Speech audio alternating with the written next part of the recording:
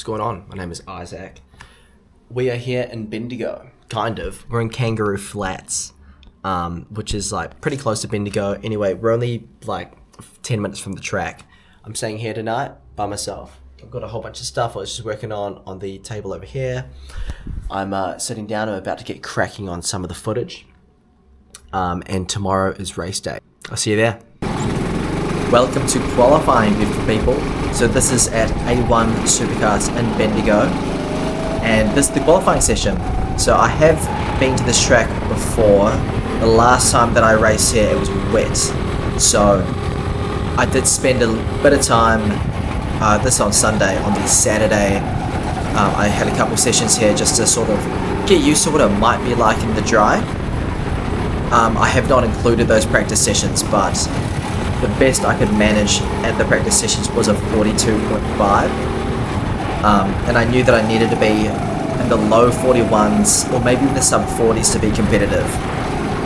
So I had the same kart for 2 practice sessions on Saturday. And on the Sunday they totally got rid of the kart, so it must have been pretty down on power or something, because they just let all the karts drive on the track on a public session, and then when they host events such as Victorian Kart Championship or their Super Sundays, they strip back the number of karts so that the kart parity is a bit better. And if you don't know what kart parity means, it just means the power difference within the karts. So they're trying to even out the playing field a little bit. This particular kart that I had in qualifying, I really did not like. Some of the seats at A1 Bendigo, A1 Supa Karts, some of the karts don't have seats that can be moved, and some of them do. Unfortunately, this was one where the seat could not be moved. I'm pretty particular about my setup in every kart that I get into, but unfortunately they just weren't able to put us into any other karts. What we got is what we had to deal with. And so, because I couldn't move the seat forward, usually I do have the seat all the way to the front so I can get as much weight over the front wheels as possible, make the car more sensitive to turn in, meaning more oversteer, less understeer. In this instance, I couldn't, and so I found this kart had a lot of understeer. But here I'm almost matching my times from yesterday. There's a 42.6.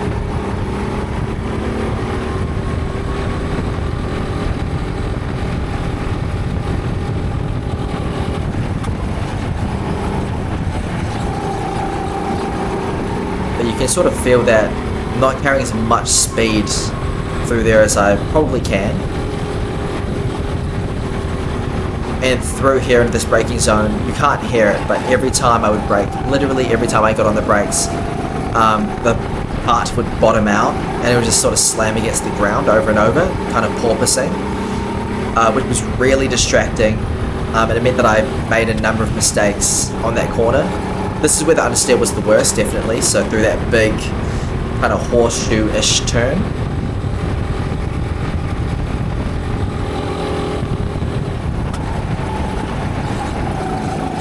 That was terrible, just went absolutely way too deep.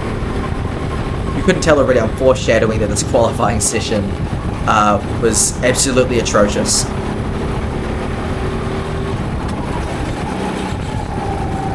It just seemed like I could not put a full lap together, which was really, really frustrating. So, this is actually where the start-finish line is, right there, that red line.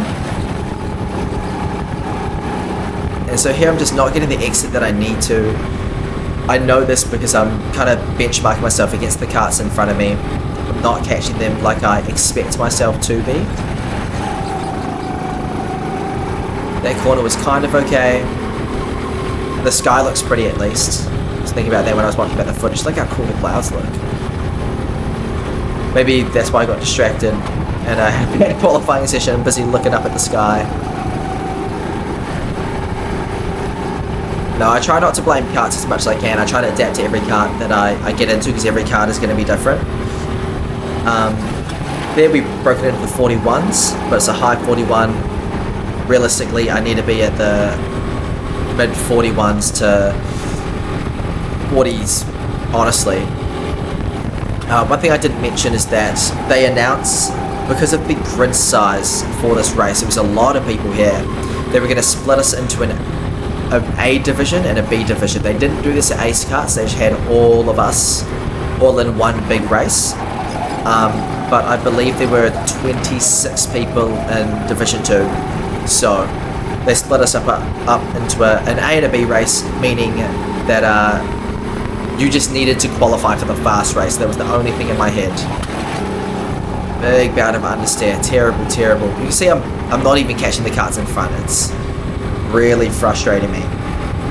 And I think I put a lot of pressure on myself in this qualifying session because I knew that I had to get into the fast race. If I wasn't in the fast race, I didn't even have a shot at the podium, really.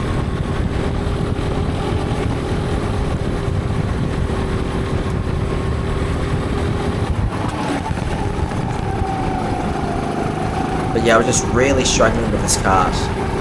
Really not having a good time.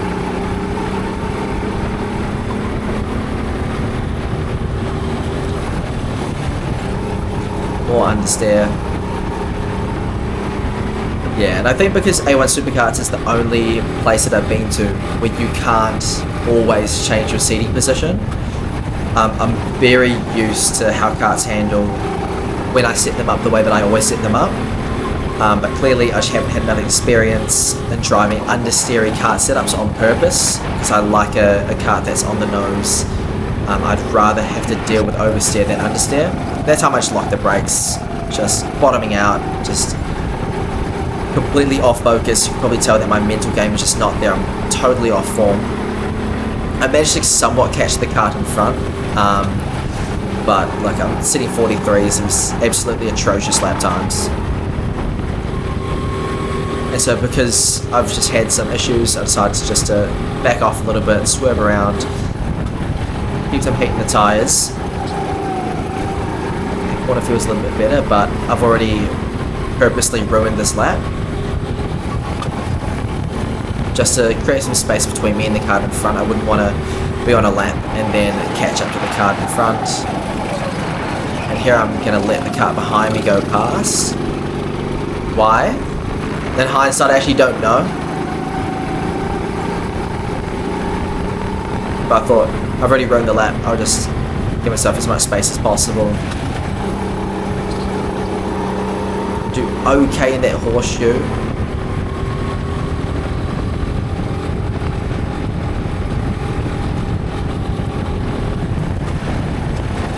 Go way too deep through here.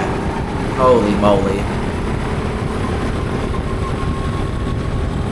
See, that's what I mean. If I managed to get that first corner right, that big horseshoe, then it felt like just somewhere else I was struggling. That one actually wasn't too bad.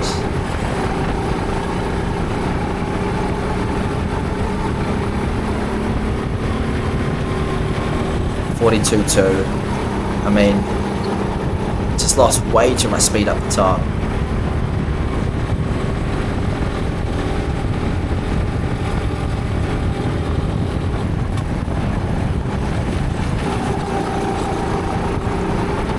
So for reference, the fastest lap time in my division was a 40.8. And only one person got into the 40s. Everybody else was doing low 41s or mid 41s. Just to give you sort of a gauge of where the field is at.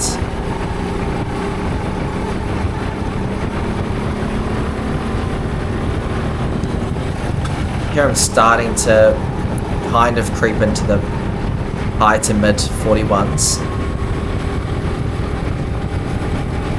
but I'm aware it's very late in the session. I've just not been able to put everything together like I need to.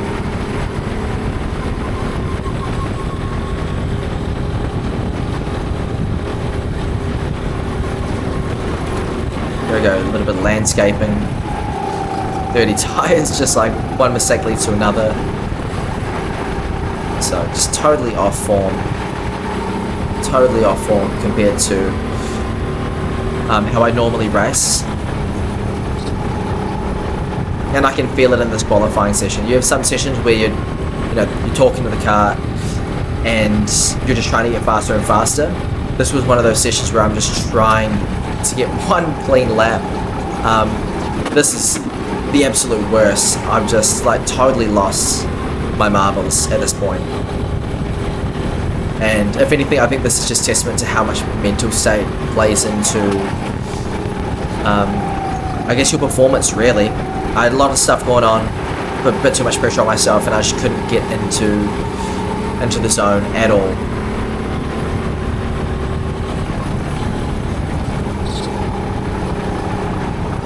And I've got that timer going there in the top right hand corner because this lap actually didn't get counted by their timing system, funny enough. But I guess it's still a flying lap. No chicken flag has been waved.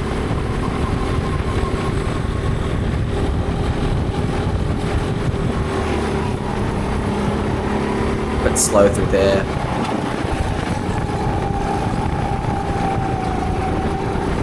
Yeah, it feels like I'm dragging the car through a lot of these corners, just not able to keep momentum.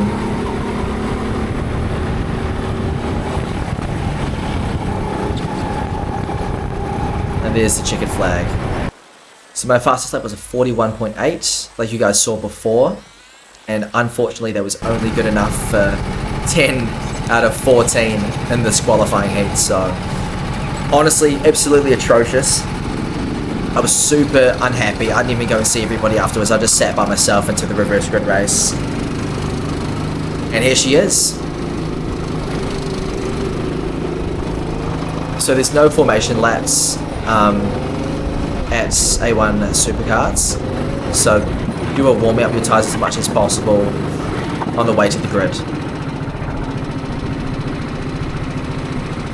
And what I was just doing there was I was just testing the threshold of the brakes, just sort of locking them up a little bit, because every kart is a little bit different, and I feel like knowing exactly where the brakes lock up is probably more important for me. Assertive, be dominant, I'm dominant, I am dominant. A little bit of self-talk going on there. And the flag is dropped and away we go. I try to go and get a good start, but the person to the right of me just completely gets in front of me. I tried to take the inside going up here, but I back out of it a little bit to make sure I can get a decent exit onto this corner.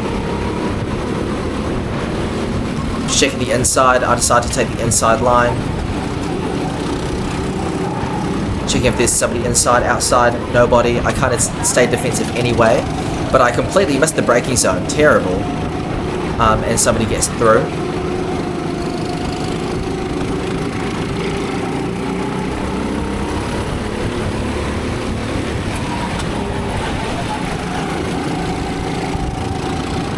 So for this reverse grid race, I had kart number 3. That was me actually zipping up my race suit. I didn't realize it was unzipped, and I was like, wow, it feels really cold. But I didn't my zip up all the way.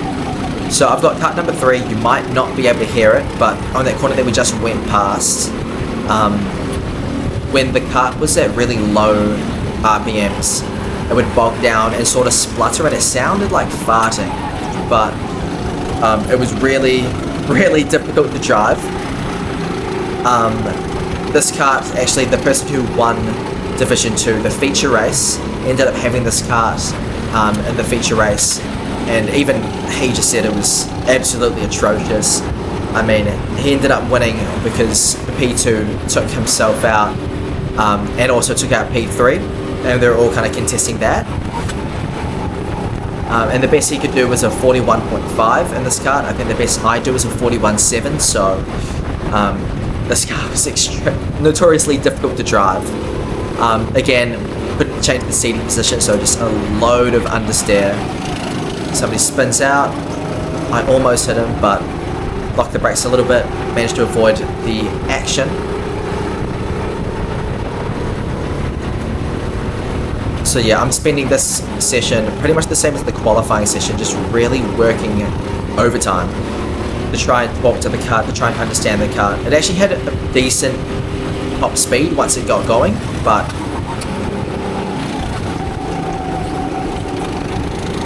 yeah, I don't know if you could hear it there, but it was just absolutely bogging down on the low speed corners. and I would love to keep it at high revs all the time, but that was a super ambitious move by me. I don't know what I was thinking there. That mistake puts me way back. I was all over the back of that pack, but I've got some work to do now. But yeah, because of this kart's understeer, you can just see there, just understeering, really difficult. But because it was very understeery, but I needed to give it gas. I mean, turning more and giving it more gas is both recipes for understeer. So yeah, if I could move the seat on this kart, it would be completely different. But you should have to deal with what you got and drive the kart to the maximum of its ability.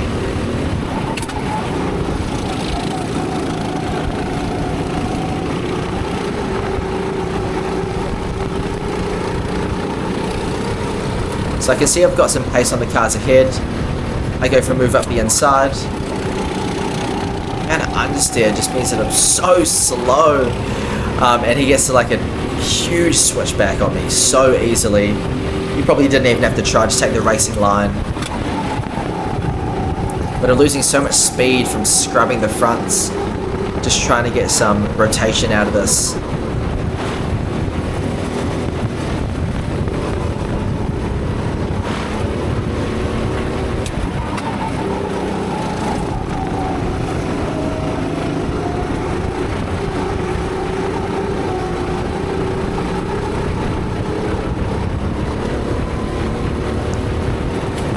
I've cleared the kart that we just passed. Oh, more understeer. And I'm just trying to set off, just chasing down the next kart. I have no idea where I am in the race. I just want to finish as best as I possibly can. Try to salvage something.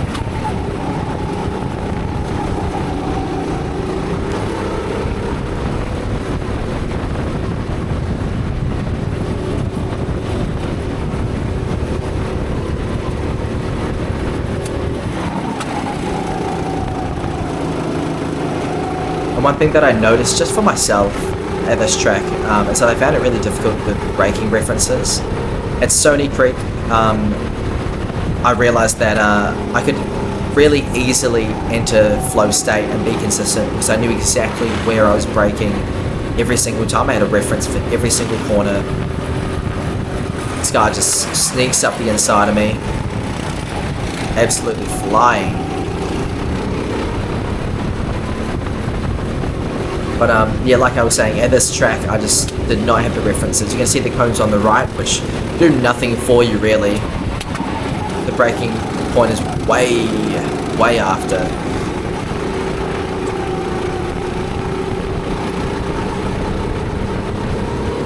And then here, to try and get some rotation, I was actually using the brakes. If you have a kart that does what you need it to, and it's on the nose, just a lift is enough there. So using the brakes meant that I was massively slowing down as well. My minimum speed is way down, and that guy ahead passes 25 exactly the same way he passed me. Followed him down the straight, went up the inside. Super easy.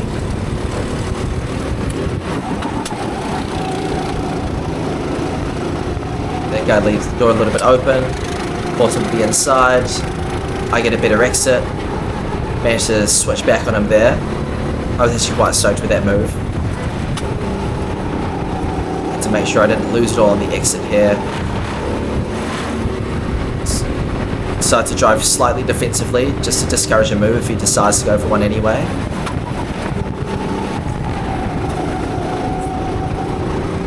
As a result, I had a bit of oversteer mid-corner. You probably saw the correction there. And now I'm off. Sailing off, trying to catch the karts up in front again. Kart ahead goes a little bit deep, you see a bit of oversteer.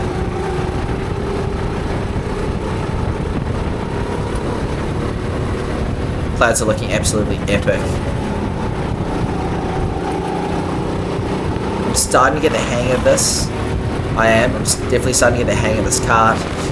As you can see, I'm just having a lot better of a time on that big horseshoe type corner. Little bit better there, still not perfect.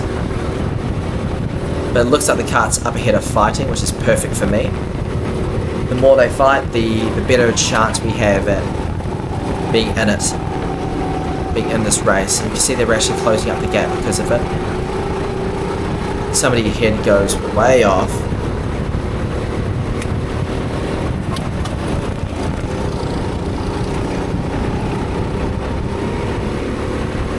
Good, got a decent exit. Now we're starting to hawk down the cars in front. I can smell blood.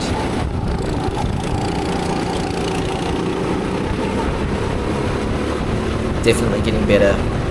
And I believe my lap times are getting faster and faster at this point. It took me a long time to get into a rhythm here, but I feel like we're finally here, and now we're proper in a fight. They've been scrapping so much, it brought us into it. Go 3 wide, I decide to focus on getting a better exit. That happens. They're fighting, and instead of going 3 wide, I decide to bump draft the guy on the inside. He feels me, he gives me a thumbs up. I'm literally just pushing him along the straight. And beauty, we both managed to get past. So, that strategy worked absolutely perfectly. This kart does have a decent top speed, like I said, but it just struggled in the low speed sections. So, managed to use that to our advantage, and we both managed to get through.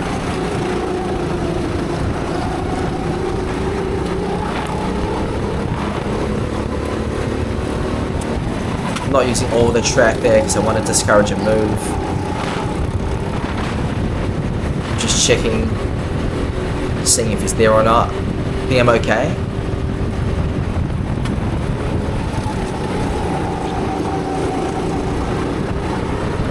And I feel like I've definitely got the pace now to catch the kart up ahead.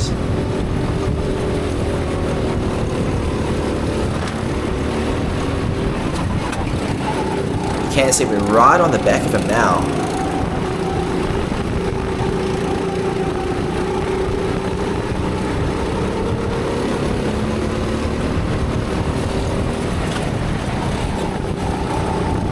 Much to my dismay, that's the checkered flag. Maybe one more lap and we would have had him, but we settled for P6 in the end.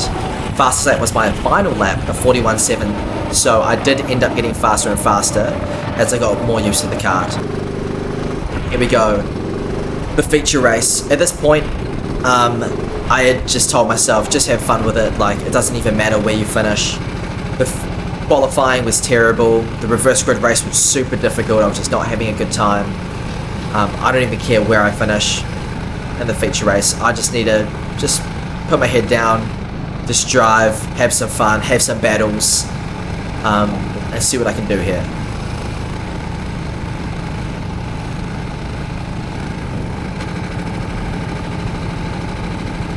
Here we go. The race start is on. The flag is up. And it drops and away we go. Again, I'm just trying to get some momentum into the kart. I actually don't know if this is helping because both times I've been beaten off the line. And in fact, this time I just get absolutely swallowed. I don't know how 33 got that rocket ship start, but I've dropped all the way down to P10. Number 2's complaining. He needs to get his head in the game. Look, and there's another kart on my outside. I've just managed to hold him off. But I decided to go defensive. I am discouraging a move. Definitely. Number 2's complaining again. Complainaholic. Just get on with it, mate. That's Rusty, who I gave the bump draft to in the reverse grid race. We meet again, but this time we're at the back of the grid. And so I can feel in this kart, I've got kart number 44. I can feel that I feel I can do some damage in this. So this was the first kart that I'd had all weekend that I was able to change the seating position. So I've moved my seat all the way to the front, and I can feel that the kart is way more responsive. There you go, I'm getting oversteer through there. I've never had oversteer through there. Because it feels so responsive, I got a bit ambitious there. I decided to go for a bit of an ambitious lunge, definitely. But I feel like I can do some damage. The kart is speaking to me. There I've got oversteer through that corner, which was absolutely unheard of before. I was just fighting the understeer before. I'm pretty evenly matched on top speed. but because the kart can handle the way I need it to, I can really get down to business and start to do some work. So I'm feeling super confident, which is a nice change. 55 does an absolutely terrible move, takes himself out, bumps off 33, and I get a double overtake at that corner. All over the back in 97, all over him. He goes slightly off track, comes to the apex, give him a little bump, move out of the way. And now here, I get so much oversteer because I've just spent the last 2 races adjusting to understeery karts. So I lost a boatload of time, which is not being as smooth on the wheel as I should have been. Now I'm getting oversteer again. But this is the kind of kart that I would rather have. I'd rather have something that's looser on the rear end than just useless on the front end. This guy goes off, do a quick head check. Send one down the inside, beautiful. And we're up to P6. So you might be able to tell by the body language that I have in the kart, the way that I'm driving it. I finally feel like I've got a kart that I can talk to. It's talking to me, I'm listening. I'm able to guide it. It's doing the things I want it to do. And now I see this big gap ahead of me, and it's just time for me just to punch in some laps. Unfortunately for me, it looks like they're fighting up ahead. You can see that corner. I'm just way more smooth, carrying so much more speed through there. Here is just tiny adjustments on the steering wheel, and I'm carrying so much more speed. I mean, they look like they're pretty far away in the distance by the time we were down the main straight last time, but they're all a lot closer now than they once were. Great sign for me. They're a lot closer on this lap. It's giving me a lot of confidence. I know I've got some good pace. So now it's just time to get to work.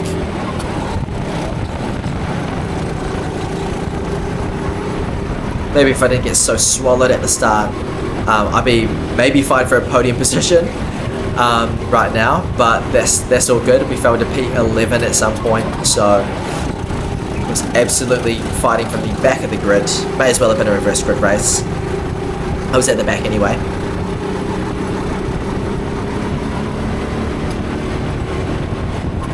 I can feel it, they're all so much closer. The guy ahead rides the curb just a little bit too much.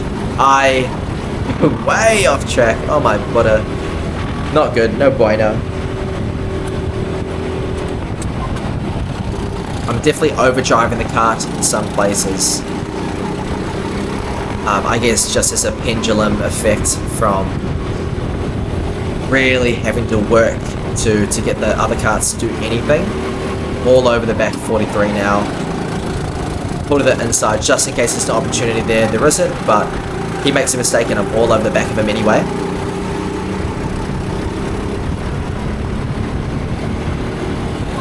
So this corner, now I went from really trying to flick the wheel to get rotation to I have to be so careful and so precise. Here I'm squatting down in the car just to get some extra drag reduction. I don't know if that actually works, especially not with a roll cage, but I got past him anyway and we're up into P5.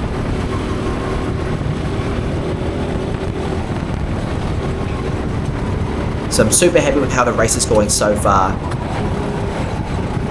Feel a lot better, which does wonders when you're in the right state of mind. And you have the belief that you can do, that you have the pace to go all the way. That makes a massive difference.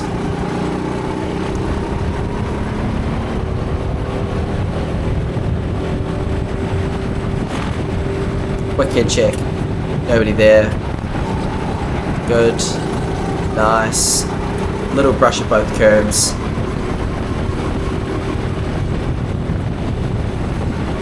Yeah, this is the kind of kart that I want to be driving.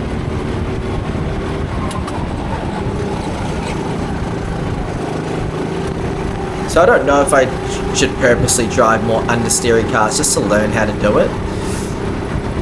But when I'm in a kart that is on the nose, I'm definitely in my happy place. There are just tiny, tiny adjustments of the wheel, a little bit wide on exit, but you can see compared to before how much I was trying to beg the car to rotate. Just tiny, tiny movements on the steering wheel This guy almost ended up the inside of me. That's probably because I got a bad exit off the horseshoe. But he's not far enough alongside to make a stick. I managed to stay ahead. The other guy in front goes mega deep, super deep. And I can smell the blood. I know we're within striking range. I just need to pull off a good lap. One good lap. The exit was way better.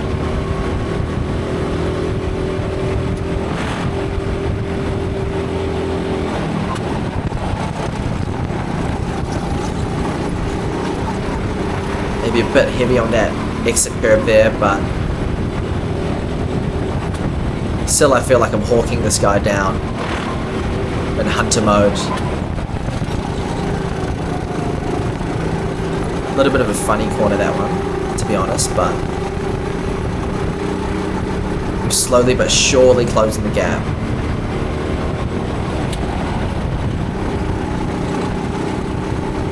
That corner was good. Good exit onto the straight.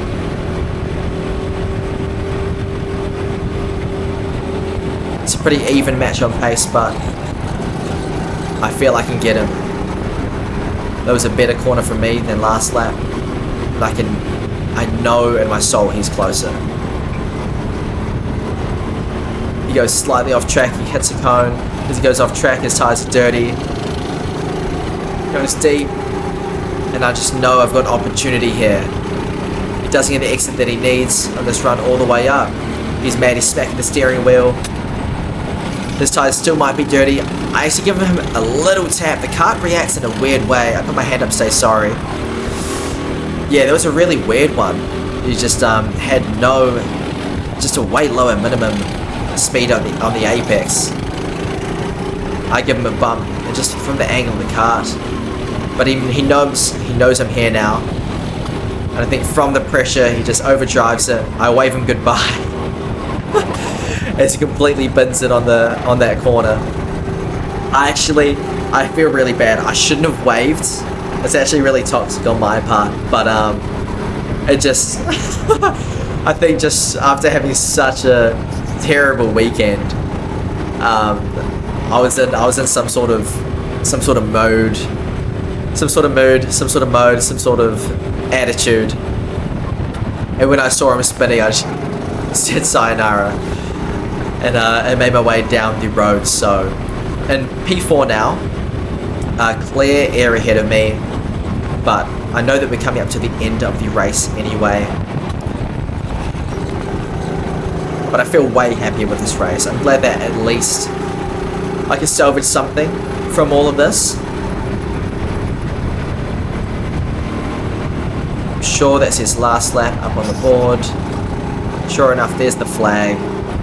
To come home in P4 out of 13 from the B Division heat, my fastest lap was a better 41.4, so that's kind of the pace that I want to be running all weekend.